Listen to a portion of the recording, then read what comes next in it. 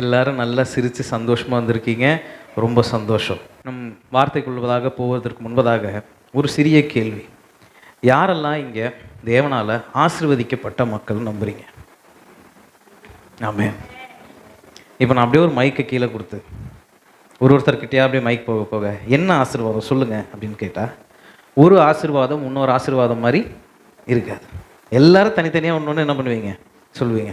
அது படிப்பு சொல்லுவீங்க, சிலவங்க செல்வம் சொல்லுவீங்க, சிலவங்க சமாதானம் சொல்லுவீங்க. இல்லை, ஒருத்தர் ஒரு ஆசீர்வாதத்தை என்ன பண்ணியிருக்கீங்க, பெற்றிருக்கீங்க. ஆசீர்வாதம் அப்படின்னாலே செல்வத்தை என்ன பண்ணிட முடியாது, சொல்லிட முடியாது. அப்போ தேவன்கிட்ட இருந்து அத்தனை ஆசீர்வாதத்தை வாங்கின ஒரு கூட்டத்திற்கு இன்னைக்கு நான் கொண்டு வந்திருக்க தலைப்பு என்னன்னா, எவ்வாறு மேலும் ஆசீர்வாதத்தை வாங்கிக் கொள்வது. ஆமென். தேவனிடத்திலிருந்து ஆசீர்வாதத்தை பெற்றுக்கொள்வது என்பது அது மிகவும் நுணுக்கமான ஒரு விஷயம். ஆசீர்வாதத்தை கேட்பவர்களுக்கு யாவும் ஆசீர்வாதம் கொடுக்கப்படுமே என்றால், இந்த உலகத்தில் நீங்கள் ஒரு தரித்திரமானவர்களே என்ன பண்ண முடியாது, பார்க்கவே முடியாது. ஆமென். அப்போ கேட்பது வெறும் முதல் ஸ்டெப்பு தான். அடுத்து அதுக்குள்ளே என்னெல்லாம் இருக்குன்றது தான் நம்ம என்ன பண்ண போகிறோம் இன்றைக்கி பார்க்க போகிறோம். ஆசீர்வாதத்தை எவ்வாறு பெற்றுக்கொள்வது என்பதை தெரிந்துட்டு நீங்கள் மேலும் மேலும் என்ன பண்ணணும், பெற்றுக்கொள்ளணும். பெற்றுக்கொண்டது மட்டும் இல்லாமல் இங்கே வந்துட்டு டெஸ்ட் பண்ணி என்ன பண்ணணும், சொல்லணும். ஆமென். ஆமென். எடுங்க மார்க் 3வது அதிகாரம் 3வது வசனத்தை படிக்க கேட்போம். அப்பொழுது அவர் சூம்பின கையையுடைய மனுஷனை நோக்கி, எழுந்து நடுவே நில் என்று சொல்லி அவர்களை பார்த்து, ஓய்வு நாள்களில் நன்மை செய்வதோ தீமை செய்வதோ ஜீவனை காப்பதோ அழிப்பதோ எது நியாயம் என்றார். அதற்கு அவர்கள் பேசாமல் இருந்தார்கள். அவர்களுடைய இருதய கடினத்தின் நிமித்தம் அவர் விசனப்பட்டு கோபத்துடனே சுற்றிலும் இருந்தவர்களை பார்த்து அந்த மனுஷனை நோக்கி, உன் கையை நீட்டு என்றார். அவன் நீட்டினான். அவன் கை மறுக்கையை போல சொஸ்தமாயிற்று. ஆமென். இங்கே நம்ம ஒரு மனிதனை பார்க்குறோம். இவன் தேவனிடத்தில் ஆசீர்வாதத்தை பெற்ற ஒரு மனிதன். ஆமென். இப்போ இங்கே இருக்க கான்டெக்ஸ்ட் என்னன்னு பார்ப்போம். தேவன் போகும்போது அங்கே ஒரு கை அவனுக்கு இல்லையா, அப்படியே சுருங்கி போய் என்ன பண்ணியிருக்கு, குறுகி போன ஒரு கை ஒன்று வச்சுருக்கான். இவனை தேவன் கண் படும்படி அங்கே ஒரு கூட்டம் என்ன பண்ணுது வச்சுட்டு தூரமாக நின்று வேடிக்கை பார்த்துட்ருக்கு. ஏன் வேடிக்கை பார்த்துட்டு இருக்காங்க அப்படின்னா, இவனுக்கு ஆசீர்வாதம் வந்தால் நல்லது அப்படின்னு எதிர்பார்த்து இல்லை. அன்னைக்கு என்ன நாளாம், ஓய்வு நாள். ஓய்வு நாள் அன்னைக்கு இந்த மனுஷன் கண்ணு இவங்க மேலே படும், இவனுக்கு ஒரு ஆசீர்வாதத்தை என்ன பண்ணுவான், பெற்றுக்கொள்வான். அப்போ நான் உள்ளே புந்து இந்த லா பாயிண்ட் என்ன பண்ணுவேன், நான் பேசுவேன். ஓய்வு நாள் நீ ஒருத்தன் என்ன சரி பண்ணிடுவியா அப்படின்னு என்ன பண்ணுவேன், கேட்பேன்னு சொல்லிட்டு ஒரு கும்பல் அங்கே காத்து கொண்டு இருக்கு. சிலவங்களை ஆசீர்வதித்தா கிறிஸ்துவுக்கு ஆபத்து, கிறிஸ்தவத்திற்கு ஆபத்துன்ற மாதிரியான ஒரு நிலைமை. ஆமென். இதை இன்னும் எவ்வாறு விளங்கி கொள்ளலாம் என்றால், ஒரு குடிகாரனை நான் போய் ஆசீர்வதிக்கிறேன் என்று வைத்துக்கொள்ளலாம். இல்லை ஒரு தப்பான போதை பழக்கத்தில் இருக்கக்கூடிய ஒரு ஸ்திரீயை நான் போய் ஆசீர்வதிக்கிறேன், அது ஏதோ ஒன்று கொடுக்குறேன்னு வச்சுக்கோங்க. அதை நீங்கள் எல்லாம் பார்க்குறீங்க. நாளைக்கு ஒரு 6 மணிக்கு அவர் ரோட்டில் அப்படியே படுத்து கிடக்கிறாரு. அப்போ நாளைக்கு என் கூட பழகிறவங்க என்ன கேட்பாங்க, இத்தனை பேர் கூட இருக்கிறோம், இவங்களுக்கெல்லாம் கொடுக்காம அவருக்கு ஏன் கொடுத்தீங்க, இப்படி பண்ணிக்கிட்டு இருக்காரு, இப்படி பேரை கெடுத்துக்கிட்டு இருக்காரு, இவருக்கு எதுக்கு இந்த ஆசீர்வாதம்? இப்படி கிறிஸ்து யோசிச்சிருந்தாரு என்றால் இன்னைக்கு நாம் யாவருக்கும் எது கிடைத்திருக்காது, ஆசீர்வாதமே கிடைத்திருக்காது. சிலவங்க கிறிஸ்தவர் ஆகிறது கிறிஸ்தவத்திற்கே ஒரு ஆபத்தை கொடுக்கும் என்று இன்றும் நிறைய போதர்கள் நம்புகிறார்கள். ஆமென்.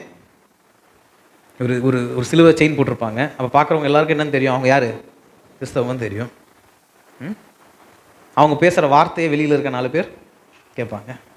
அவங்க நடந்துக்கிற விதத்தை பக்கத்தில் இருக்கவங்க பார்ப்பாங்க. காலேஜ் ஸ்டூடெண்ட்ஸ், உங்கள் கிளாஸ்மேட்ஸ் உங்களை பார்ப்பாங்க. ஆமென். கிறிஸ்தவத்துக்கு இவனால் ஒரு ஆபத்துன்னு தேவன் நினச்சிருப்பாரு என்றால், யாரையுமே கிறிஸ்தவத்துக்குள்ளே தேவன் என்ன பண்ண மாட்டார், கூட்டிகிட்டே வர மாட்டார். அவருக்கு அந்த பயம்லாம் இல்லை. ஆமென். அடுத்த இதிலே பார்க்குறோம், எவன்லாம் இவரை பிடிச்சி கேள்வி கேட்கலாம் நின்றுக்கிட்டு இருந்தானோ அவன் கண்ணு முன்னாடியே சொல்கிறாரு, உன் கையை நீட்டு, நான் சுத்தமடைய செய்கிறேன். ஆமென். அப்போ இன்றைக்கி ஒரு கூட்டம் இருக்குது, நீங்கள் ஆசீர்வாதம் பெற்றீங்கன்னா தேவனிடத்தில் சண்டை போடலான்னு ரெடியாக இருக்கிற ஒரு கூட்டம் இருக்குது. ஆமென். அது எப்படி, அந்த குடும்பத்தை பற்றி உங்களுக்கு தெரியுமா, அந்த அம்மாவை பற்றி உங்களுக்கு தெரியுமா, அவங்களுக்கு இந்த ஆசீர்வாதமா, ரெடியாக இருக்கிறாங்க. யார்கிட்ட சண்டை போட, தேவனிடத்துல சண்டை பராக்கிரமான ஆட்கள் போல. ஆமென். அப்போ இதுக்கு மத்தியில் ஒருத்தன் நின்றுட்டு இருக்கான். அவனுக்கு அந்த பிளானை பற்றிலாம் அவனுக்கு தெரியாது. இவர் கண்ணு மேலே பட்டா போதும். அவன் ரெண்டே விஷயம் தான் பண்ணுறான். எல்லாரும் முன்னாடி எழுந்து நெல்லுன்றாரு, நிற்கிறான். யாரெல்லாம் இவனுக்கு ஆசீர்வாதத்தை கொடுத்தா இவரை கேள்வி கேட்கலான்னு நினச்சிட்டு இருந்தானோ அவனை பிடிச்சி ஒரு திட்டிட்டு இப்போ கையை என்ன பண்ண நீட்டு. இவ்வளோதான் சொன்னதை என்ன பண்ணான், செஞ்சான். அவன் கீழ்ப்படிதலே அவ்வளோதான். இங்கே எனக்கு ரொம்ப பிடிச்ச ஒரு வார்த்தை என்னன்னா, அங்கே இருந்த யாவருக்கு முன்னாடி எல்லாரும் இன் ஃப்ரண்ட் ஆஃப் எவ்ரிபடி எழுந்து நெல்லு. ஆசீர்வாதத்தை ரகசியத்தில் வாங்கி வாங்கி வாங்கி வாங்கி நம்ம என்ன பண்ணிட்டோம், பழகிட்டோம். என்னை ஆசீர்வதிச்சிட்டாருன்றது நான் தான் என்ன பண்ண வேண்டியதாக இருக்குது, வெளியே போய் 4 பேருக்கு சொல்ல வேண்டியதாக இருக்குது. இனிமேட்டு அப்படி இல்லை. ஆமென். உங்கள் ஆசீர்வாதம் உங்களை பார்த்து கொண்டிருக்கும் கண்களுக்கு முன்னாடி உங்களுக்கு வரும். யாரெல்லாம் நீங்கள் ஆசீர்வாதம் பெற்றீங்கன்னா தேவனை கேள்வி கேட்கலான்னு வெயிட் பண்ண இருக்கானோ அவன் கண்களுக்கு முன்னாடி, அவனுக்கு முன்னாடி உன் கரங்களை நீட்டு, உன்னை நான் ஆசீர்வதிக்கிறேன். இது ரொம்ப புதுசான ஒரு ஆசீர்வாதம். ஆமென். ரகசியத்தில் யாருக்கும் தெரியாமல் இதுக்கப்புறம் நான் முன்னாடி வந்து மைக்கை பிடிச்சி எனக்கு ஒரு ஆசீர்வாதம் வந்தது, நான் இதை கேட்டுக்கிட்டே இருந்தேன், இதை கொடுத்தாரு, நீங்கள் சொல்லணும்னு அவசியம் இல்லை. ஏரியாவில் இருக்கவங்க எல்லாருக்கும் தெரியும். இந்த வீட்டுக்குள்ளே சமாதானம் இருக்குது, இந்த வீட்டுக்குள்ளே நிம்மதி இருக்குது, இவங்க உடம்பு நல்லா ஆயிடுச்சு, they are cured, they are healed. அவன் ஆசீர்வதிக்கப்பட்ட ஒரு கூட்டமாக இருக்கிறான். உங்கள் கண்களுக்கு முன்னாடி இருக்க யாவருக்கும் அவங்களுக்கு தெரிய வரும் நீங்கள் ஆசீர்வாதம் பெற்றவங்க. இதுக்கு நான் என்ன இங்கேயா பண்ணணும், அவன் பண்ண அதே தான். எல்லாரும் முன்னாடி எழுந்து நிற்கணும். அது சாதாரணமான விஷயம் இல்லை. எல்லாருக்கும் முன்னாடியும் எழுந்து நிற்கணும். அவங்க கேள்வி கேட்க ஒருத்தர் ரெடியாக இருக்கான். ஆமென். நீங்கள் எழுந்து நின்னீங்கன்னா என்ன எழுந்து நிற்கிற, இன்றைக்கி என்ன நாள், ஓய்வு நாள், நீ எப்படி எழுந்து நிற்கிற, இப்போ நீ போய் ஆசீர்வாதம் வாங்க போறியா, கம்முன்னு உட்கார் சொல்ல ஒருத்தர் ரெடியாக இருக்கிறான். ஆமென். இதுக்கு நடுவில் தைரியமாக தேவனிடத்தில் உங்களால் கேட்க முடியுமா, இதுதான் கேள்வி. இதில் என்னங்க ஐயா தைரியம் அப்படின்னா, இது பெரிய தைரியம். இது பெற்றுக்கொள்வதன் தைரியம்னு ஒரு டீச்சிங்கே இருக்குது. ஏன்னா நம்மளுக்கே சில நேரத்தில் என்ன தோணும்னா, எனக்கு கிடைக்குமா, நான் பெற்றுக்கொள்ளலாமா, ஆனால் எனக்கு இதெல்லாம் இருக்குது, எனக்கு ஒரு கை அழுகி இருக்குது, எனக்கு இப்படிலாம் இருக்கேன், அப்போ என்னால் பெற்றுக்கொள்ள முடியுமா? இந்த கேள்வி அவனுக்கு வரவே இல்லை. ஒருத்தர் வந்து ஏந்து நின்னாருன்னாரு, ஏந்து நின்ட்டான். சுற்றி இருக்கவங்கள பார்த்து திட்டுறாரு, இவனும் நின்னே இருக்கான். கையை காட்டணுன்னு கை காட்டுறான். ஒரு சொட்டு கூட இவங்கிட்ட ஐயா எனக்கா, ஐயா வேணாங்கய்யா, அது இல்லவே இல்லை. பெற்றுக்கொள்ள முடியும் என்பதை நம்புவனுக்கே ஆசீர்வாதம் வந்து சேரும். இங்கே எத்தனை பேர் உங்கள் லிமிட்டை அடைஞ்சிட்டேன்னு நினச்சிக்கிட்டு இருக்கீங்க? இவ்வளோதாங்க ஐயா, வந்துட்டேன், அவ்வளோதான். அப்படி ஒரு எண்ணம் இருக்கா? குட். அப்படி ஒரு எண்ணம் வரவே கூடாது. பெற்றுக்கொள்ள முடியும்னு என்ன பண்ணணும், நம்பணும். உங்களை சுற்றி இருக்க உலகம் நம்பலாம் நீங்கள் பெற்றுக்கொள்ள முடியாதுன்னு, அது அவன் சுபாவம். ஆனால் நீங்கள் சொல்லணும், எனக்கு இன்னும் இடம் இருக்குது, எனக்கு இன்னும் பசி இருக்குது, எனக்கு பசி இருக்க இருக்க இருக்க என் தேவன் எனக்கு அப்போ என்ன பண்ணிக்கிட்டே இருப்பார், கொடுத்துக்கிட்டே இருப்பார். அப்போ அவன் ஒரு செகண்டு கூட ஏந்துக்கன்னும் போது யோசிக்கவே இல்லை. இன்னைக்கு கிறிஸ்தவத்தில் இருக்க பெரிய பிரச்சனை என்ன தெரியுமா, ரொம்ப யோசிக்கிறோம். ஆமென். ரொம்ப ரொம்ப ரொம்ப யோசிக்கிறோம்.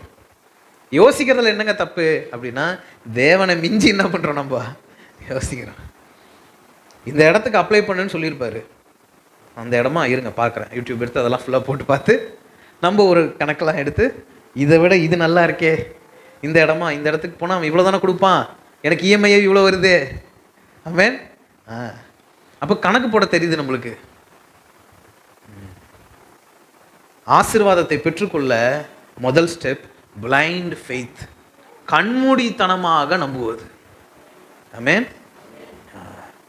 அது ரொம்ப ரொம்ப வித்தியாசமான ஒரு ஃபெய்த், ஒரு விசுவாசம். கண்மூடித்தனமாக என்ன பண்ணணும், நம்பணும்.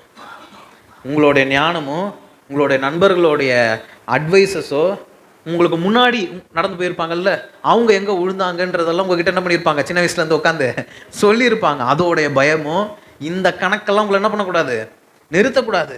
ஒரு கூட்டம் பின்னாடிலேருந்து கத்தும், இது ஓய்வு நாள், கம்முன்னு இரு அப்படின்னு சொல்லும். அது உங்களோட இருதயத்தை ரீச் பண்ணிடுச்சுன்னு வச்சுக்கோங்க, கேட்க வாய் வராது. அவர் சொல்கிறத பிளைண்டாக எழுந்து என்ன பண்ண முடியாது, பண்ணவே முடியாது.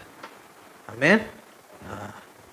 அப்போ உலகத்திடத்துலையும் உங்களுடைய மனதிடத்துலையும் ஒரு தைரியமான ஒரு பேச்சு எடுக்கணும். என்னன்னா, என் கதை ஒன்றும் முடியலை, என் ஆசீர்வாதம் இன்னும் முடியலை. உனக்கெல்லாம் ஆசீர்வாதமா? ஆமாம், எனக்கு தான் ஆசீர்வாதம். கிறிஸ்து யாருக்காக இந்த உலகத்துக்கு வந்தாருன்னு போட்டிருக்கு? பாவிகளுக்கும் தரித்திரம், அதுவும் இருக்கு. ஆமென். இவர்களுக்காக தான் என்ன பண்ணாராம் கிறிஸ்து வந்தாரே. அப்போ உனக்கெல்லாம் ஆசீர்வாதமா? நீ கேட்டால் கொடுத்துருவாரா? நீ என்னென்ன பண்ணன்னு அவருக்கு தெரியாதா? அதுவும் தெரியும். நான் என்ன பண்ண போறேன்னு தெரியும். நான் பண்ணதை நானே மறந்து கூட இருப்பேன், அதுவும் அவருக்கு தெரியும். இதுக்கு நடுவில் தான் அவர் வந்து சொல்றாரு, ஆசீர்வாதம் உனக்கு. ஆமா, உன் குடும்பத்துக்கு தான் ஆசீர்வாதம். இதை நம்ப முடியுமா? இதுதான் இன்னைக்கு கேள்வி. ஏன்னா நம்மளுடைய நிதர்சனமான வாழ்க்கையில ரொம்ப ரொம்ப ஈஸியா நம்ம எந்த இடத்துக்கு போயிடுவோம்னா, போதனையை தாண்டி உலகத்தின் போதனைன்னு ஒன்று இருக்கு, அதுக்குள்ள என்ன பண்ணிடுவோம்? ஈஸியா போய் உட்காந்துப்போம். 10 மாசம் 12 மாசத்துக்கு ஒரு இஎம்ஐ இருக்கும். நீ 3 மாசத்துல கடன் இல்லாமல் இருப்ப அப்படின்னு தேவன் சொல்லுவாரு. அது என்னங்க, அது எப்படிங்க, அது எப்படி நடக்கும்? டாக்டர் அம்மா சொல்லியிருப்பாங்க, இல்லைங்க உங்களுக்கு குழந்தை ஃபார்ம் ஆகாதுன்னு. திறந்து படித்தா வசனம் வரும், அவளோட கற்பத்தில் என்ன உண்டாயிடுச்சு? கனி உண்டாயிடுச்சுன்னு. அது எப்படிங்க நடக்கும்? அது எதுவும் தெரியாமல் நான் திறந்துட்டோம் போல, திருப்பி ஒரு தாட்டி மூடிட்டு திருப்பி திறந்து பார்ப்போம். No, blind faith. கண்மூடித்தனமானா கண்மூடித்தனமாவே உங்கள் அக்கத்து வீட்டுக்காரங்க, பக்கத்து வீட்டுக்காரங்க, உங்களோட படித்தவங்க, உங்களோட இந்த உலகத்திலே சக்ஸஸ்ஃபுல் நினைக்கிறவங்க, ஸ்டேட்டஸ் எவ்வளோ பெருசாக இருந்தாலும் அவங்க எல்லாரும் சொல்கிறதையும் தாண்டியும் கண்மூடித்தனமாக நம்புற சொல்லுங்க, என்ன பண்ணணும்? அவனுக்கு தான் ஆசீர்வாதம். அப்போ ஃபர்ஸ்ட் திங் பிளைண்ட் ஃபெய்த். அப்படியே அந்த அந்த அந்த வசனத்தை அப்படியே படிப்போம் என்றால், அடுத்த வசனத்தை படி, 6வது வசனம் படிங்க.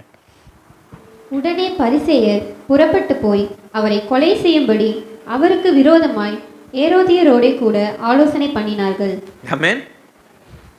ஒருத்தனை சொஸ்தம் செஞ்சதுக்கு அவங்க அடுத்து என்ன பண்றாங்க? இயேசு கிறிஸ்துவை கொலை செய்யலான்னு சொல்லிட்டு போய் பிளான் பண்றாங்க. இன்னைக்கும் உங்களுக்கு ஆசீர்வாதம் கொடுக்கறதுனால தேவனை கீழே தள்ளி பேசுறவங்க இருக்கிறாங்க. கிறிஸ்தவத்துல நல்ல ஆசீர்வாதம் பெற்று இருக்கவங்கள பாருங்க. மற்றவங்க வந்து என்ன சொல்றாங்க? ஆஹா சந்தோஷம், அவங்க நல்ல ஆசீர்வாதமா இருக்காங்க, சந்தோஷம். இப்படி பேசி எத்தனை பேர் கேள்விப்பட்டிருக்கீங்க? தேவனிடத்துல சண்டை தான் என்ன பண்ணுவாங்க? போடுவாங்க. என்ன ஏன் நீங்க என்ன பண்ண மாட்டீங்க? போய் இந்த பொம்பளைக்கு ஆசீர்வாதம், இந்த குடும்பத்துக்கா? உங்களை ஆசீர்வதிப்பதனால அவர்கிட்ட கேட்கப்பட கேள்விகளை அவர் சந்திக்க ரெடி. அதனால உங்க ஆசீர்வாதம் ஒருபோதும் கைவிடவே படாது. அவர் உயிரோடு இங்க இருக்கும் போது அவர் ஆசீர்வதித்ததுனால அவர் கொல்லணும்னு முடிவு பண்ணும் போதே அவர் அதை நிறுத்தலை. ஆமென். அப்படியே 5வது சாப்டருக்கு வந்தீங்கன்னா, படிக்க வேண்டாம், 5வது சாப்டர் வந்தீங்கன்னா ஒரு பியூட்டிஃபுல்லான ஒரு விஷயம் இருக்கும். அந்த சாப்டரோட ஆரம்பத்தில், இப்போ படிக்க வேணாம்னும் போது எனக்கு சத்தம் கேட்குது, பேசி திருப்புற சத்தம், பரவாயில்ல, சந்தோஷம். அந்த சாப்டரோட ஆரம்பத்தில் இதெல்லாம் உங்களுக்கு தெரிஞ்ச கதை தான். தேவன் வந்து அவங்களோட சீஷர்களை போட்டில் தூக்கி உட்கார வச்சுட்டு அக்கறைக்கு செல்வம் வாங்க அப்படின்ட்டு என்ன பண்ணுறாரு? பயணம் பண்ணுறாரு. அப்போ பயங்கரமாக மழையும் காற்றும் என்ன பண்ணுது? வீசுது. அப்போ தான் அவர் வந்துட்டு கேட்குறாரு, ஐயரே நாங்கள் மடிந்து போனால் உங்களுக்கு அக்கறை இல்லையா? எழுந்துருங்கன்னு ஒருத்தன் வந்து என்ன பண்ணுறான்? எழுப்புறான். இவர் எழுந்து என்ன பண்ணுறாரு? மழையும் காற்றையும் அதட்டுகிறார். இது எல்லாருக்கும் தெரியும். ஏன் அங்கே மழையும் காற்றும் வந்துச்சுன்னு யாருக்கா தெரியுமா? ஆமென். அப்படியே அந்த பட்சணையே போனீங்கன்னா, அக்கறைக்கு போன பிறகு என்ன ஆச்சுன்னு ஒரு கதை இருக்கும். போய் இறங்குவாங்க. ஒரு குகையிலேருந்து ஒரு பேய் பிடிச்ச மனிதன் என்ன பண்ணுவான்?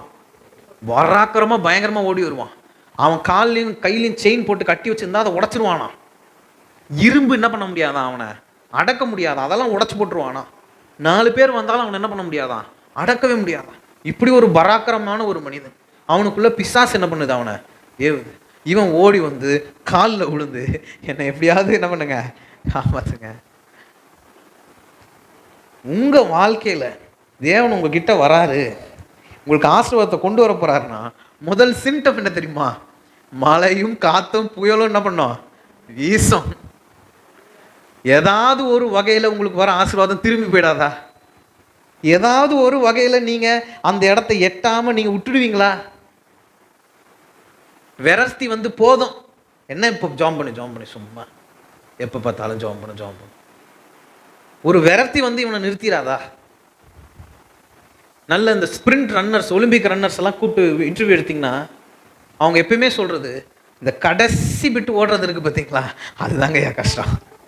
அவ்வளோ தூரம் என்ன பண்ணிவிடுவேன், நான் ஓடிடுவேன். அந்த அந்த கயிறு கிட்ட வர வர வர வர வர தான் எனக்கு என்ன பண்ணாது, கால் வலிக்கும், மூச்சு முட்டும், ஓட முடியாது.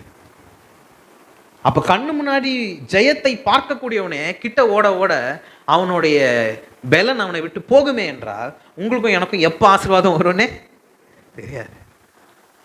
அப்போ உங்கள் வாழ்க்கையில் புயலும் காத்தும் அடித்து வீசும் என்றால் எது கிட்ட இருக்குன்னு அர்த்தம்? ஆசீர்வாதம் கிட்ட இருக்குன்னு அர்த்தம். என் ஓட்டத்தை நான் முடிக்க போகிற அந்த அந்த கடைசி நொடி இதுன்னு அர்த்தம். அங்கே வந்து நீங்கள் என்ன பண்ணிடக்கூடாது, சோர்ந்து போயிடக்கூடாது. So the second point is, உங்கள் ஓட்டம் முடியக்கூடிய நிலைமை வரும்போது தான் புயலும் காத்தும் வீசும். அங்கே வந்துட்டு வேண்டாம் போங்க, சும்மா எல்லாருக்கும் கிறிஸ்தவம் கிறிஸ்தவம் ஜெபித்திரே தான் வந்துருமா, ஃபாஸ்டிங் போட்டால் வந்துருமா, ப்ரேயருக்கு போனால் வந்துருமா? ஒரு விரக்தி. ஆமென். நிறைய பேருக்கு ரீசெண்டாக ஒரு ஜோக் பார்த்தேன். ஏசுபா கிட்ட ஒருத்தன் ஜோம் பண்ணுவானா, ஜோம் பண்ணி எனக்கு நீங்கள் என்ன பண்ண ஆசீர்வாதத்தை என்ன பண்ணோம் கொடுக்கணும். அப்போ ஒரு இறங்கி வந்துடுவாராம். இறங்கி வந்து உனக்கு என்ன மாதிரி ஆசீர்வாதம் வேணும்னு கேட்பாராம். இவனும் ஒருத்தனா என்ன பண்ணுவாராம், சொல்லுவானா எனக்கு சரி யாக்கோப் மாதிரி கொடுத்தா ஓகேவா, ஐயோ வேணாம் அண்ணங்காரன் கொலை பண்ண வருவான், அப்படியா சரி. ஜோசப், ஐயோ இல்லை அவனை தான் இதில் போட்டுருவாங்க, வேணாம் வேணாம். தானியல், ஐயோ இல்லை அங்கே சிங்ககிபி இருக்குது, வேணாம். யார் மாதிரி இல்லை ஆசீர்வாதம் அப்போ உனக்கு வேணும்? எனக்கு பிரச்சனையே இல்லாமல் உலகத்தான் எவனும் என்னை தொல்லை பண்ணாத மாதிரி ஒரு ஆசீர்வாதம் எனக்கு என்ன பண்ணணும், நீ என் கூட தான் மேலே வரணும் நான் போகும்போது. ஆமென். இருக்கிறதுலே ஸ்மூத்தான லைஃப் வாழ்ந்த ஐசக் வாழ்க்கை எடுத்தால் கூட அங்கே நடுவில் ஒரு ஒரு ஒரு கிங் என்ன பண்ணுறாரு, லைட்டாடி வந்துட்டு அடி போகிறாரு. ஆமென். அப்போ புயலும் காத்தும் இல்லாத ஒரு ஆசீர்வாதம் வேணும். என்னன்னோ கொஞ்சம் விரல்த்தி என்ன பண்ணும், நம்மளை போட்டு அழுத்துற மாதிரி தான் இருக்கும். பயம் வரும். ஒருத்தர் படுத்து தூங்கிட்டு இருக்காருல்ல, அவரை எழுப்பி என்னை பற்றி உனக்கு கவலையே இல்லையா அப்படின்னு கேட்க மனசு ஏங்கும், தோணும். எத்தனை பேர் ஜபத்தில் கேட்டிருக்கீங்க? எல்லா கிறிஸ்தவ வாழ்க்கையிலும் அந்த ஜபம் இருக்கும். நான் இங்கே மடிந்து போகிறேனே, உங்களுக்கு என் மேலே அக்கறை இல்லையா அப்படின்னு ஒரு ஜபம் வரும் வாயிலிருந்து. யோபு கேட்டான். ஆமென். அது வரும்போதெல்லாம் ஞாபகம் வச்சுக்கோங்க, என் ஃபினிஷ் லைனுக்கு நான் கிட்ட வந்துட்டேன், இன்னும் சிறி தூரம் தான், நான் அதை ஓடிட்டேன்னா எனக்கு ஜெயம். என் கை சுத்தமாக போகுது, என் உடம்பு சுத்தமாக போகுது, என் கடன் முடிய போகுது, எனக்கு வர வேண்டிய ஆசீர்வாதம் எல்லாம் வரப்போகுது, இன்னும் கொஞ்சம் தூரம் தான்.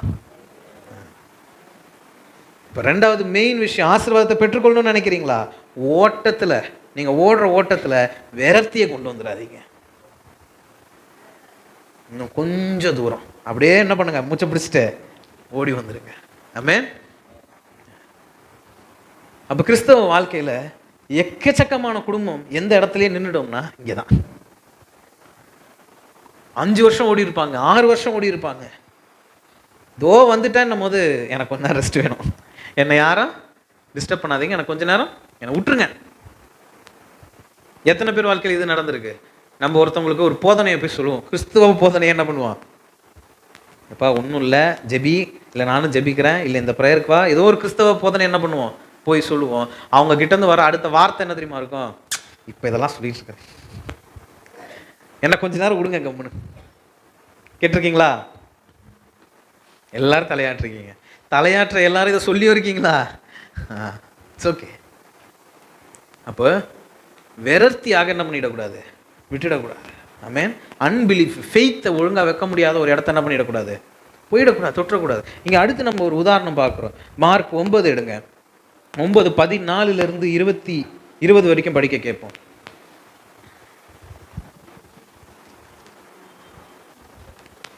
பின்பு அவர் சீஷரிடத்தில் வந்தபோது அவர்களை சுற்றி திரளான ஜனங்கள் நிற்கிறதையும் அவர்களோட வேத பாரகர் தர்க்கிக்கிறதையும் கண்டார். ஜனங்கள் எல்லோரும் அவரை கண்டவுடனே மிகவும் ஆச்சரியப்பட்டு ஓடி வந்து அவருக்கு வந்தனம் செய்தார்கள். அவர் வேத பாரகரை நோக்கி, நீங்கள் இவர்களோட எண்ணத்தை குறித்து தர்க்கம் பண்ணுகிறீர்கள் என்று கேட்டார். அப்பொழுது ஜனக்கூட்டத்தில் ஒருவன் அவரை நோக்கி, போதகரே, ஊமையான ஒரு ஆவி பிடித்த என் மகனை உம்மிடத்தில் கொண்டு வந்தேன். அது அவனை எங்கே பிடித்தாலும் அங்கே அவனை அலைக்கழிக்கிறது. அப்பொழுது அவன் நுரை தள்ளி பல்லை கடித்து சோர்ந்து போகிறான். அதை துரத்திவிடும்படி உம்முடைய சீஷரிடத்தில் கேட்டேன், அவர்களால் கூடாமற் போயிற்று என்றான். அவர் பிரத்யுத்தரமாக, விசுவாசமில்லாத சந்ததியே, எதுவரைக்கும் நான் உங்களோடு இருப்பேன்? எதுவரைக்கும் உங்களிடத்தில் பொறுமையாய் இருப்பேன்? அவனை என்னிடத்தில் கொண்டு வாருங்கள் என்றார். விசுவாசம் இல்லாத சந்ததியே. இங்கே எப்படி டிசைபிளுக்கு இப்போ ஒரு திட்டு விழுதோ அதே மாதிரி இன்னும் கொஞ்ச நேரத்தில் இது மாதிரி நிறைய வரும். கீழே நம்ம ஒன்றா போவோம். விசுவாசம் இல்லாத சந்ததியே. இந்த வார்த்தை நான் படிச்சுட்டு இருக்கும் போதே என்னை கொஞ்ச நேரம் என்ன பண்ணிடுச்சு, நிறுத்திடுச்சாங்க. விசுவாசம் இல்லாத சந்ததி. ஆதி ஆமத்திலிருந்து முழு பைபிளில் ஒரே தெய்வம்தான். ஆமென். அங்கே முன்னாடி பழைய ஏற்பாட்டில் ஒரு தேவன், புதிய ஏற்பாட்டில் வேற ஒரு தேவன். அங்கே பவர் இவ்வளோ இருக்குது, இங்கே இவ்வளோ தான் இருக்குது, இப்படியே தானே இருக்கா? இப்போ இருக்க தெய்வமும் அதே தெய்வம் தான். அப்புறம் ஏன் அங்கே இருக்கிற மாதிரியான மிராக்கிள்ஸை நம்மளால் பார்க்க முடியல? அப்புறம் ஏன் அங்கே இருக்கிற மாதிரி நம்மளால் செல்வந்தர்களாக இன்னைக்கு வாழ முடியல? ஏன் ஒரு ஒரு ஒரு ஒரு சின்ன ஒரு நோய் வந்தால் கூட ஏன் அதை நம்மளால் என்ன பண்ண முடியல? தேவன்கிட்ட இருந்து ஒரு நல்ல ஒரு ஹீலிங்கை பெற்றுக்கொள்ள முடியல? என்ன மாற்றம்? இந்த ஒரு லைன் தான், விசுவாசம் இல்லாத சந்ததியே. விசுவாசத்திலேயே குறைவுள்ளவர்களாக இன்னைக்கு இருக்க ஜென்ரேஷன் ஆயிடுச்சு, மாறிடுச்சு. ஒரு ஜெபம் பண்ணுவாங்க, 2 ஜெபம் பண்ணுவாங்க, 3 ஜெபம் பண்ணுவாங்க. அதுக்கு மேலே ஜெபம் பண்ண சொன்னால் ஒரு வார்த்தை சொல்லுவாங்க, தேவனுக்கு சித்தமாக இருந்தால் ஆகட்டும் அப்படின்ட்டு எல்லாம் மூடி வச்சுட்டு எழுந்து போயிடுவாங்க. சித்தம் உண்டு, சொஸ்தம். தேவனிடத்தில் நீங்கள் உங்களுக்கு சித்தம் இருந்தால் என்ன பண்ணுங்க, சரி செய்யுங்க. நான் அழுதுட்டு தான் இருக்கேன், உங்களுக்கு சித்தம் இருந்தால் என்ன பண்ணுங்க, சரி செய்யுங்க அப்படின்னா அது அவரை எவ்வளோ குத்தோன்றதை நீங்கள் இன்னைக்கு என்ன பண்ணணும், புரிஞ்சுக்கணும். ஜான் 3:16, தேவனுடைய ஒரே குமாரனை என்ன பண்ணாராம் அவர் நம்மளுக்காக கொடுத்து கல்வாரியில் இறக்கி மரிக்க வைத்து அடி வாங்க வைத்து. அந்த சபையில் போகும்போது சொல்லியிருந்தேன், நம்ம ரிலேட்டிவ் கிட்ட நம்ம அடி வாங்கணும்னாலே நம்ம யோசிப்போம் இல்லை? உங்கள் கூட பிறந்த ஒருத்தவங்க உங்களை அடிக்கணுங்க, வாங்கிக்கோங்க அப்படின்னா வாங்கிப்பீங்களா? நட்சத்திரம் ரொம்ப சீக்கிரமாக வேணும் அப்படின்றாங்க, வாங்கிக்க மாட்டோம். நான் உருவாக்கினேன், நான் கிரியேட் பண்ணேன், அதுக்கிட்ட இப்போ நான் அடி வாங்கணும். இவ்வளவும் பண்ணி எல்லாத்தையும் எல்லா கதவுகளையும் ஓப்பன் பண்ணி வைத்தா இன்னைக்கு ஒரு அம்மா ஜபத்தில் சொல்லுது, உமக்கு சித்தம் இருந்தா நான் சுகமாக்கிறேன், உமக்கு சித்தம் இருந்தா நான் கடன்லேருந்து வெளியே வந்திருக்கிறேன், எனக்கு சித்தம் இல்லாமையா என் பிள்ளையவே உங்களுக்காக கொடுத்தேன், அடிபட்டு உதப்பட்டு ரத்தம் சிந்தி செதை கிழிஞ்சு இதெல்லாம் பண்ணது எனக்கு சித்தம் இல்லாமையா?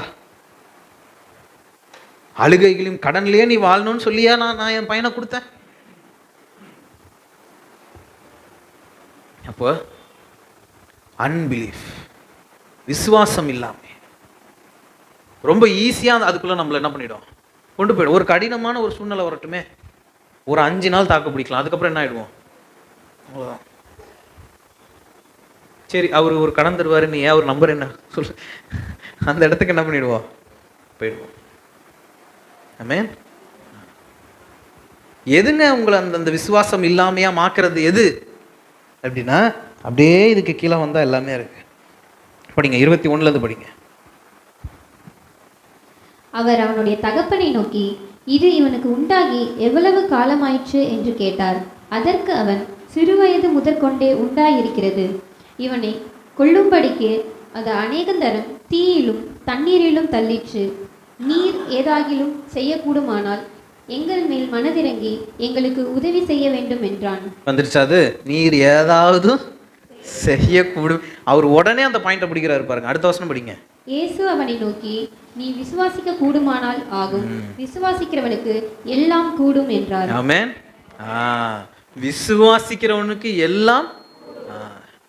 எங்க நீங்க மற்ற மதத்தில் இருக்க ஒருத்தனை கூப்பிட்டு தெய்வத்தால எல்லாமே முடியுமான்னு கேட்டான், என்னதான் சொல்லுவான்? என்னதான் சொல்லிதான் ஆகணும், முடியும். அது எந்த மதமாக இருந்தாலும் சரி, எதுவாக இருந்தாலும் சரி. ஆமென். அப்போ தெய்வத்தால எல்லாம் முடியும்னு நம்புறதுக்கு அது ஒரு பெரிய விஷயமே. தெய்வத்தால் எல்லாம் முடியுமா? ஏன் தெய்வத்தோட எல்லாம் முடியும் எல்லாரும் சொல்லலாம். எனக்கு என் தெய்வம் எல்லாம் செய்யும், இதை நம்ப முடியுமா? எனக்கு எல்லாம் வந்து சேருங்க, இதை நம்ப முடியுமா? அது எனக்கு நான் மட்டும் எதுவும் ஆகாது தம்பி. கேள்விப்பட்டிருக்கீங்களா இந்த வார்த்தையெல்லாம்? யாருக்கிட்ட இன்னைக்கு நான் கூப்பிட்டு உன் தெய்வத்தால் எல்லாம் முடியுமா? என் தெய்வத்தால் எல்லாம் முடியும் சார், நான் நம்புறேன். உன் தெய்வம் உனக்கு எல்லாத்தையும் கொடுக்கும், நீ நம்புறியா? அது அதில் சில கண்டிஷன்ஸ் வச்சுப்போம். இல்லை நான் இப்படிலாம் இருந்தால் என் தெய்வம் என்ன பண்ணும், எனக்கு தரும். சிலவங்க சொல்லுவாங்க, இல்லை என்னை விட கஷ்டப்படுறவங்க இருக்காங்க. இல்லை, அப்போ இங்கே யாரை நம்ம குறைச்சி மதிப்பிடுறோம்? தேவன்கிட்ட என்னமோ 100 ரூபா தான் இருக்கிற மாதிரியும் 10 பேருக்கு 10 ரூபா தான் அவரால் கொடுக்க முடியுன்ற மாதிரியும், இல்லை என்னை விட அவங்க கஷ்டப்படுறாங்க. எத்தனையோ வேற்று கிரகத்திலிருந்து வந்த மாதிரி என்னென்னமோ டீச்சிங்ஸ். அந்த வசனத்தை திருப்பி படிங்க. 23 தான் படிங்க. இயேசு அவனை நோக்கி, நீ விசுவாசிக்க கூடுமானால் ஆகும். விசுவாசிக்க கூடும் என்றால் ஆகும், அவ்வளவுதான். அவர் மற்ற பாயிண்ட் எல்லாம் என்ன பண்ணல. நீ ஒழுங்கா நடத்தினா ஆகும், நீ எனக்கு 5 தாட்டி ஜோம் பண்ணினா நடக்கும், நீ உன் பக்கத்து வீட்டுக்காரனோட நீ நல்லபடியா இருந்தீனா உனக்கு ஆகும், நீ இதை விட்டுட்டினா ஆகும், நீ அந்த அந்த பழக்கத்தை விட்டுரு, இந்த பழக்கத்தை விட்டுரு, இதை பண்ணிடு. அது ஒன்னே ஒண்ணுதான், என்னது? விசுவாசிக்க. உனக்கு விசுவாசம் கூடுனா என்னால கூடும், அவ்வளவுதான். அடுத்து படிங்க. விசுவாசிக்கிறவனுக்கு எல்லாம் கூடும் என்றார். எல்லாரும் சொல்லுங்க, விசுவாசிக்கிறவனுக்கு எல்லாம் கூடும். ஆமென். பக்கத்துல இருக்கவங்கள பார்த்து சொல்லுங்க, நீங்க விசுவாசித்தீங்கன்னா கூடும். நீங்க என்னெல்லாம் ஜோம் பண்ணியிருக்கீங்களோ எல்லாத்திலையும் மனசுல யோசிக்கோங்க. என்ன யோசித்தீங்களோ, ஆமென் ஆமென், என்ன யோசிச்சிருக்கீங்களோ பக்கத்துல இருக்க சொல்லுங்க, அது என்னவா வேணா இருக்கட்டும், நீ யாரா வேணா இருக்கட்டும், தேவன் செய்வார். ஆமென். இங்க பிரச்சனை என்னன்னா, நான் இதை நிறைய தாட்டி சொல்லியிருக்கேன், தேவன் கிட்ட நம்ம போய் நம்மளை பத்தி என்ன பண்ணுவோம்? நான் எவ்வளவு பெரிய பாவி தெரியுமா, நான் என்னெல்லாம் பண்ணிட்டேன் தெரியுமா? நீ மறந்ததையும் அவர் என்ன பண்ணுவார், எடுத்து சொல்ல முடியும். அதெல்லாம் ஞாபகம் வச்சுக்கிட்டு அவர் சொல்றாரு, நீ விசுவாசித்தினா போதும், நான் செய்கிறேன். அந்த அந்த 20வது வசனத்தை நம்ம படிக்கும் போது இவர் ஏன் இவ்வளோ, 21வது வசனம் படிக்கும் போது 21, 22 படிச்சிங்கனாலே ஏன் இவருக்கு இவ்வளோ அவிசுவாசம்னு புரிஞ்சிடும். நீங்கள் முதல் தாட்டி படிக்கும் போது அதை பெருசாக கண்டே இருந்திருக்க மாட்டீங்க. 22வது வசனம் படிக்குமா. இவனை கொல்லும்படிக்கு அது அநேகந்தரம் தீயிலும் தண்ணீரிலும் தள்ளிற்று, நீர் ஏதாகிலும் செய்யக்கூடுமா. போதும், 21 படிச்சிருங்க. அவர் அவனுடைய தகப்பனை நோக்கி, இது இவனுக்கு உண்டாகி எவ்வளவு காலமாயிற்று என்று கேட்டார். அதற்கு அவன், சிறு வயது முதற்கொண்டே உண்டாயிருக்கிறது. சிறு வயது கொண்டே உண்டாகி இருக்கிறது. இவன் வேற விஷயத்த பார்த்தது, நாட்டில் ஒரு 6 மாசம் நல்லா இருந்தான் சாமி, அப்படி இவன் பார்த்தது சிறு வயதுல இருந்து இதை தான் நான் பார்த்துக்கிட்டு இருக்கேன், இதில் தான் நான் என்ன பண்றேன், வளர்றேன், என் பிள்ளை இப்படி தான் இருக்கிறான், நான் வேற ஒன்றத்தை பார்த்ததே இல்லை. இப்போ வந்துட்டு நம்புனா நான் எப்படி நம்புறது? எங்க அப்பா கடனில் தான் இருந்தாரு, நான் கடனில் தான் இருக்கிறேன். எங்க அம்மாவுக்கு ஒரு 6 மாசம் ஜுரம் வந்து உடம்பு இல்லாமல் படுத்து தான் இருந்தாங்க, எனக்கும் இப்போ அப்படி தான் ஆகுது. என் அக்கத்து வீட்டுக்காரன் பக்கத்து வீட்டுக்காரன் இந்த வண்டி தான் வச்சிருக்கான், நானும் அந்த வண்டி தான் வச்சிருக்கேன். நான் சின்ன வயசுல இருந்து இதை தான் நாங்கள் பார்த்துக்கிட்டு இருக்கேன். இப்போ திடீர்னு வந்துட்டு நம்பு உனக்கு நடந்துடும் நம்புனா, நான் பார்க்காத ஒரு விஷயத்தை எப்படி நம்புறது? நான் உணராத ஒரு விஷயத்தை எப்படி நம்புறது? நான் இது வரைக்கும் நீங்க சொன்னதை நான் ருசிச்சதே இல்லையே. இப்போ நீ நம்பிடு உனக்கு நடந்துடும், என் மூளை இதை எப்படி ஏத்துக்க மாட்டேங்குதே. ஆமென். இதுக்கும் இதே அத்தியாயத்தில் வசனம் இருக்கு, படிங்க. 24, 25 படிங்க. உடனே பிள்ளையின் தகப்பன், விசுவாசிக்கிறேன் ஆண்டவரே, என் அவிசுவாசம் நீங்கும்படி உதவி செய்யும் என்று கண்ணீரோடே சத்தமிட்டு சொன்னான். ஆமென். எவ்வளோ புத்திசாலியான ஒரு அப்பான்னு பாருங்க. ஆமென். நீ விசுவாசம் ஆகும்னு சொன்ன உடனே அடுத்து இவன் சின்ன வயசுலேருந்து இவன் இதை தான் பார்த்துட்டு இருக்கான், இவனால் அதை புரிஞ்சிக்கவே முடியல. உடனே சொல்கிறான், என் அவிசுவாசத்தை என்ன பண்ணிடுங்க, எடுத்து போட்டுருங்க. என் அவிசுவாசத்தை என்ன பண்ணிடுங்க, நீங்கள் மாற்றிடுங்க, எடுத்து போட்டுருங்க அப்படின்னு சத்தமாக என்ன பண்ணான், கத்தி ஜெபம் பண்ணான். இன்னைக்கு உங்களுக்கு கடினமாக இருக்கா, நான் தேவன்கிட்ட கேட்கறது எனக்கு நடக்கும் அப்படின்னு ஒரு தோணல், ஒரு புரிதல் வரவே மாட்டேங்குதா? சுற்றி எவனை பார்த்தாலும் இதில் தான் தம்பி இருக்கான், என்னால் இதுலேருந்து வெளியே வர முடியும்னு சொன்னால் நான் எப்படி நம்புறது? அவிசுவாசம் அப்படியே உள்ளேருந்து வருதா, அதை கூட நீங்கள் தேவன்கிட்ட கேட்கலாம். ஆண்டவரே எனக்கு விசுவாசத்தை கொடுங்க, விசுவாசத்தை ஆவியை என் மேல என்ன பண்ணுங்க, ஊற்றுங்க. இவன் வேறே ஆவி உள்ளவன் அப்படின்னு ஒருத்தனை பார்த்து சொன்னாமா. ஆமென். அந்த மாதிரி வேற ஆவி எனக்குள்ள ஊத்துங்க. விசுவாசத்துல நான் இதெல்லாம் பெற்றுக்கொள்ளணும், எனக்கு இதை சொல்லித்தாங்க, கேட்கலாம். நீங்க வேற எந்த மாற்றத்துல பார்த்தாலும் ஒரு தேவன்கிட்ட இருந்து ஒரு வரத்தை வாங்கணும்னா அதுக்கு நீ அதெல்லாம் செய்யணும். ஆமென். இங்க இந்த தேவன் வந்துட்டு வேணுமா வேணுமா எடுத்துக்கோ எடுத்துக்கோ நம்பினா போதும், அவ்வளவுதான். வேணுமா வேணும் இப்படி கேட்டுன்னு இருக்கு. நம்ம என்ன பண்றோம், ஐயோ இப்போ என்கிட்ட அவ்வளோ விசுவாசம் இல்லைங்களே, ஐயோ இப்போ நான் ஒன்றும் அவ்வளோ நல்லவனா இல்லையே, நான் போயிட்டு அப்புறம் வாங்க ஒரு 6 மாதம் டைம் தாங்க, அதுக்குள்ளே என்ன பண்ணிடுவேன், கொஞ்சம் வந்து தேர்ச்சி அப்படியே வந்துடுவேன். ஆமென். அவ்விசுவாசத்துக்கு கூட ஜெபம் பண்ணலான்னு பைபிளில் போட்டிருக்கு. இப்போ நம்ம அதான் படித்தோம். இது எவ்வளோ பெரிய பெரிய விஷயம், கொஞ்சம் யோசிங்க. விசுவாசம் இருந்தால் நீ எல்லாத்தையும் பெற்றுக்கொள்ளலாம். விசுவாசமே இல்லையா, என்கிட்ட கேள்வி, நான் விசுவாசத்தையும் தரேன், அப்புறமா நீ எல்லாத்தையும் என்ன பண்ண பெற்றுக்கோ. இங்கே ஆசீர்வாதத்தை வாங்க முடியாத வழிகள்னு யோசித்தோம்னா ஒன்றுமே இல்லை. தேவன் இதை அப்படிதான் என்ன பண்ணியிருக்காரு, படைத்து வைத்திருக்கிறார். எக்காரணத்து கொண்டும் என் பிள்ளைகள் ஆசீர்வாதத்து வேணான்னு சொல்லிடக்கூடாது, முடியாதுன்னு சொல்லிடக்கூடாது. ஆமென். விசுவாசம் இருந்தால் போதும். விசுவாசம் இல்லையா, விசுவாசம் கேள், நான் தரேன். எவ்வளோ சிம்பிளாக இருக்குன்னு பாருங்க. ஆமென். அப்போ இனிமேட்டு காரணம் கூட தேவன்கிட்ட என்ன பண்ண முடியாது, சொல்ல முடியாது. ஏன்பா நீ இன்னும் ஆசீர்வாதிக்கப்படல, ஒரு காரணம் கூட நான் என்ன பண்ண முடியாது. ஐயோ இதுவா அது வந்து இப்படி கூட என்ன பண்ண முடியாது, சொல்ல முடியாது. வேர்ல்ட்லியா ஒரு மனுஷனுக்கு என்ன இல்லை அப்படின்றத எல்லாரும் தேவனிடத்துல கேட்டுருவோம். காசு இல்லை, பணம் இல்லை, ப்ரொவிஷன் இல்லை, சமாதானம் வேணும், இது ஏதாவது ஒன்று கேட்டுருவோம். ஒரு ஃபோன் வேணும், ஒரு லேப்டாப் வேணும், ஒரு படிப்பு வேணும். இந்த உலகத்தில் உங்களுக்கு வாழ்வதில் என்ன குறை, உடனே பட்டியல் போட்டு என்ன பண்ணிடுவோம் தேவனுக்கு, சென்ட் அனுப்பிச்சிடலாம். ஆனால் ஆவிக்குரிய வாழ்க்கையில் உங்களுக்கு என்ன குறை கேட்டிருக்கீங்களா? இங்கே பாருங்க, கரெக்டாக அதை தான் கேட்குறான். என் ஆவிக்குரிய வாழ்க்கையில் இதுதான் எனக்கு குறை, இதை தர முடியுமா? எனக்கு சமாதானம் வேணும், தர முடியுமா? எனக்கு அவிசுவாசமாக இருக்குது, விசுவாசம் தர முடியுமா? தர முடியும். என்னால் கொஞ்ச நேரம் பைபிளில் உட்கார முடியல, உடனே ஏதாவது ஒரு 4 கால் வந்துடுது, அடுத்தடுத்து எதனா ஒரு பிரச்சனை வந்தது, என்னை இதுலேருந்து பிரிக்கிறதுக்கு இந்த உலகம் என்ன பண்ணுது. இதை தடுக்க முடியுமா? முடியும். என்ன வேணும் கேளுங்க.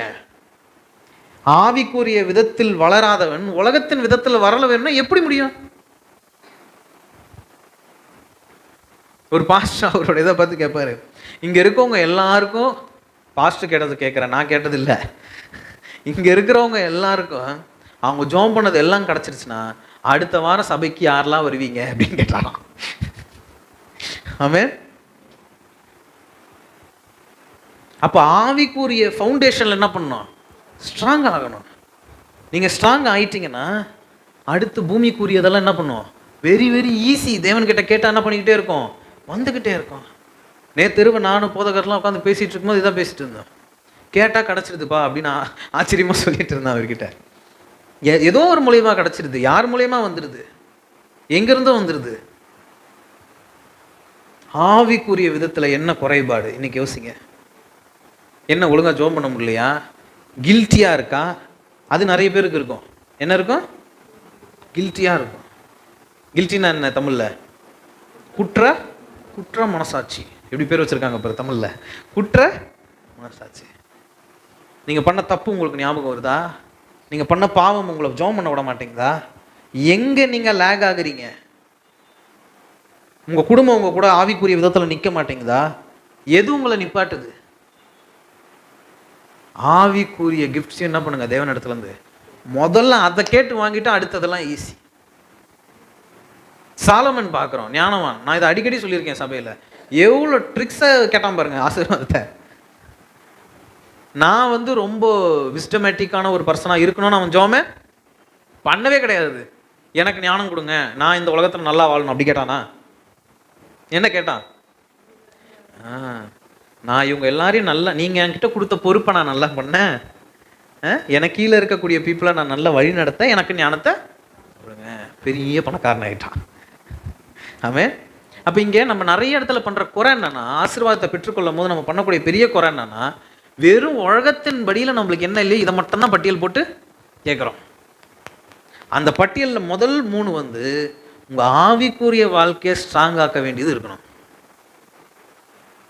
ஆமென். அது இருந்தால் கீழே இருக்கிறது 7 ஈஸி வந்துடும். ஆமென்.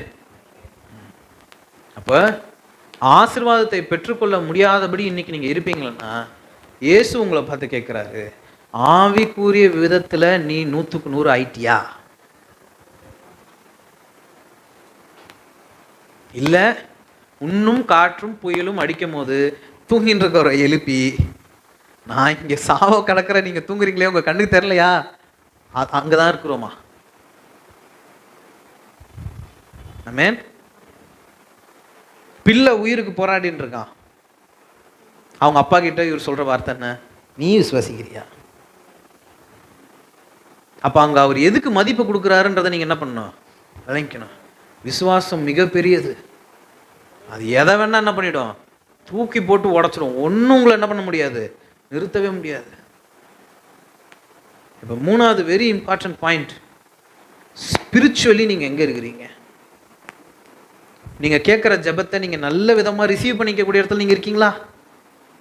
ஒன்று கேட்டுக்கிட்டே இருக்கீங்கல்ல, ஒரு ஜெபம் வந்து நிராகரிக்கப்படுதோன்னெலாம் உங்களுக்கு தோணுதில்ல, இது மட்டும் கிடைக்க மாட்டேங்குதே அப்படின்னு ஒரு கவலை மனசில் இருக்குல்ல, அது ஆவிக்குரிய இடத்துல வாங்கி கொள்கிற இடத்துக்கு நீங்கள் வந்துட்டீங்களா?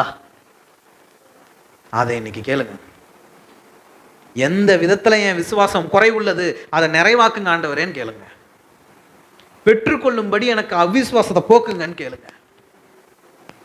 எனக்கு இருக்க கோபம் மாறணும், எனக்கு இருக்க வஞ்சகம் மாறணும், இந்த விஷயம் வந்தால் நான் இப்படி உருமாறிடுறேன், அதெல்லாம் என்னை விட்டு எடுத்து போடுங்க ஆண்டவரேன்னு கேளுங்க. சுபாவத்தை கேளுங்க. வேற ஆவி உள்ளவனா மாறுவீங்க. அவனுக்கு தான் ஆசீர்வாதம், அந்த குடும்பத்துக்கு ஆசீர்வாதம். ஆமென். இப்போதான் அடுத்த பேஜுக்கே நான் என்ன பண்ண போறேன். பயப்படாதீங்க, குட்டி தான். ஆமென். சரி, இங்கே அடுத்து நம்ம ஒரு ஸ்ரீ ஒருத்தவங்களை பார்க்குறோம். ஆமென். எடுக்க வேண்டாம். இவங்க யாருன்னா இயேசு கிறிஸ்துவோடைய அம்மா. ஆமென். கேட்காத ஒரு ஆசீர்வாதம் அவங்கள தேண்டி வருது. அவங்க என்னைக்காவது எங்கேயாவது நீங்கள் படிச்சிருக்கீங்களா, போய் ஜோம் பண்ணாங்க, எனக்கு வந்து மேசியா வந்து என்கிட்ட தான் பிறக்கணும் அப்படின்னு அவங்க கேட்டாங்கன்னு எங்கேயாவது போட்டிருக்கா? இல்லை. கேட்காத ஒரு ஆசீர்வாதம் என்ன பண்ணுது, தேடி வருது. நோவாவை குறித்து பார்க்குறோம். அவன் எங்கேயாவது ஜோம் பண்ணானா, ஆண்டவரே நீங்கள் இந்த உலகத்தை அழிக்கும்படி இருந்தால் என்னையும் என் குடும்பத்தையும் மட்டும் காப்பாற்றி விடும் கேட்டானா?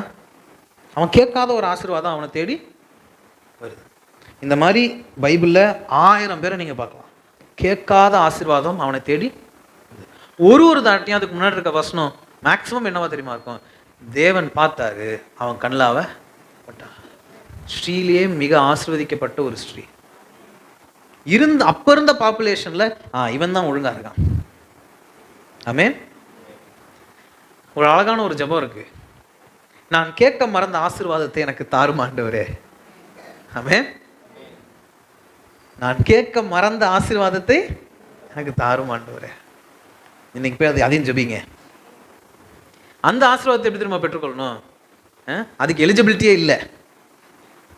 இது இப்போ நான் சொன்னல ஒரு 1000 பேர், அவங்க எல்லாருமே ஸ்பிரிச்சுவலி ஸ்ட்ராங். தேவன் உலகத்தை பார்த்தாரு, இவங்கெல்லாம் அவங்க கண்ணில் பட்டாங்க. கூப்பிட்டு ஆசீர்வதிக்கிறார்.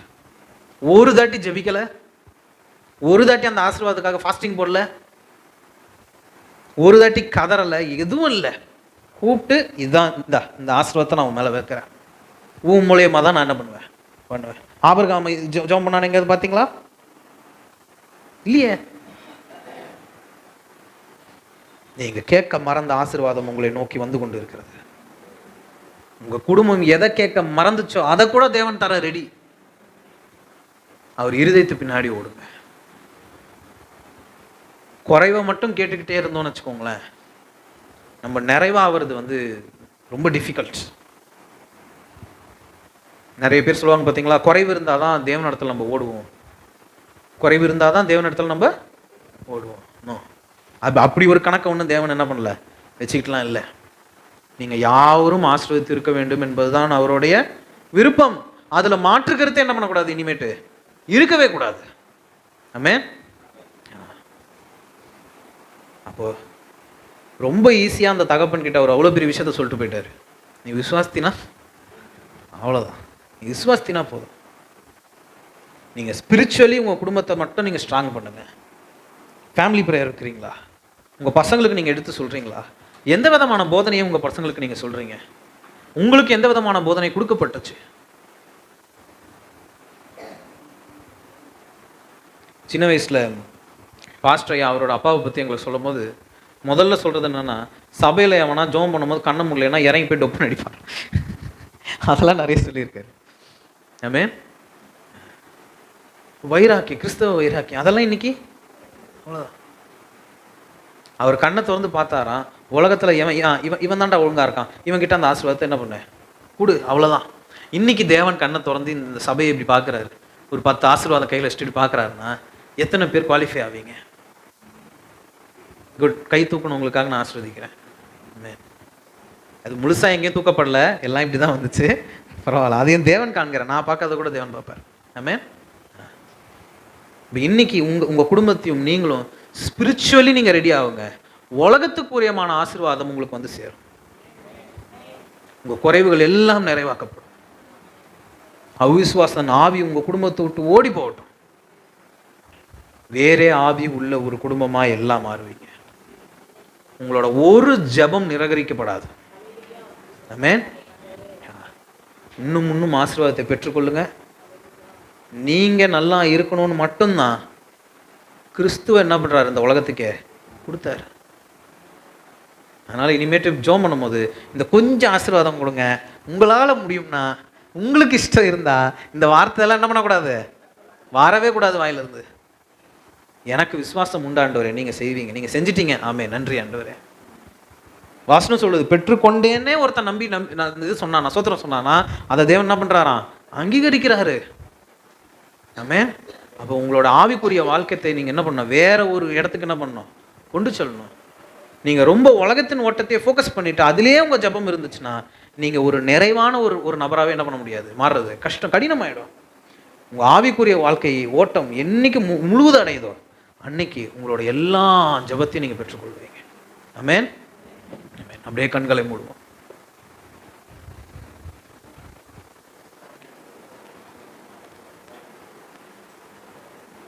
கண்களை மூடுவோம் சொன்னோன்னா தான் எல்லாரும் பைபிள் மூடுறீங்க. Very good. இப்போ கண்களை மூடுவோம். தேவாதி தேவனே, அப்பா பிதாவே, அன்பான தேவனே, எங்களோட ஜபங்கள் உங்களுக்கு தெரியும். நாங்கள் யாரும் உங்களுக்கு புது மக்கள் கிடையாது. குழந்தையிலேருந்து எங்கள் ஜபத்தை நீங்கள் கேட்டுக்கொண்டே இருக்கிறீங்க.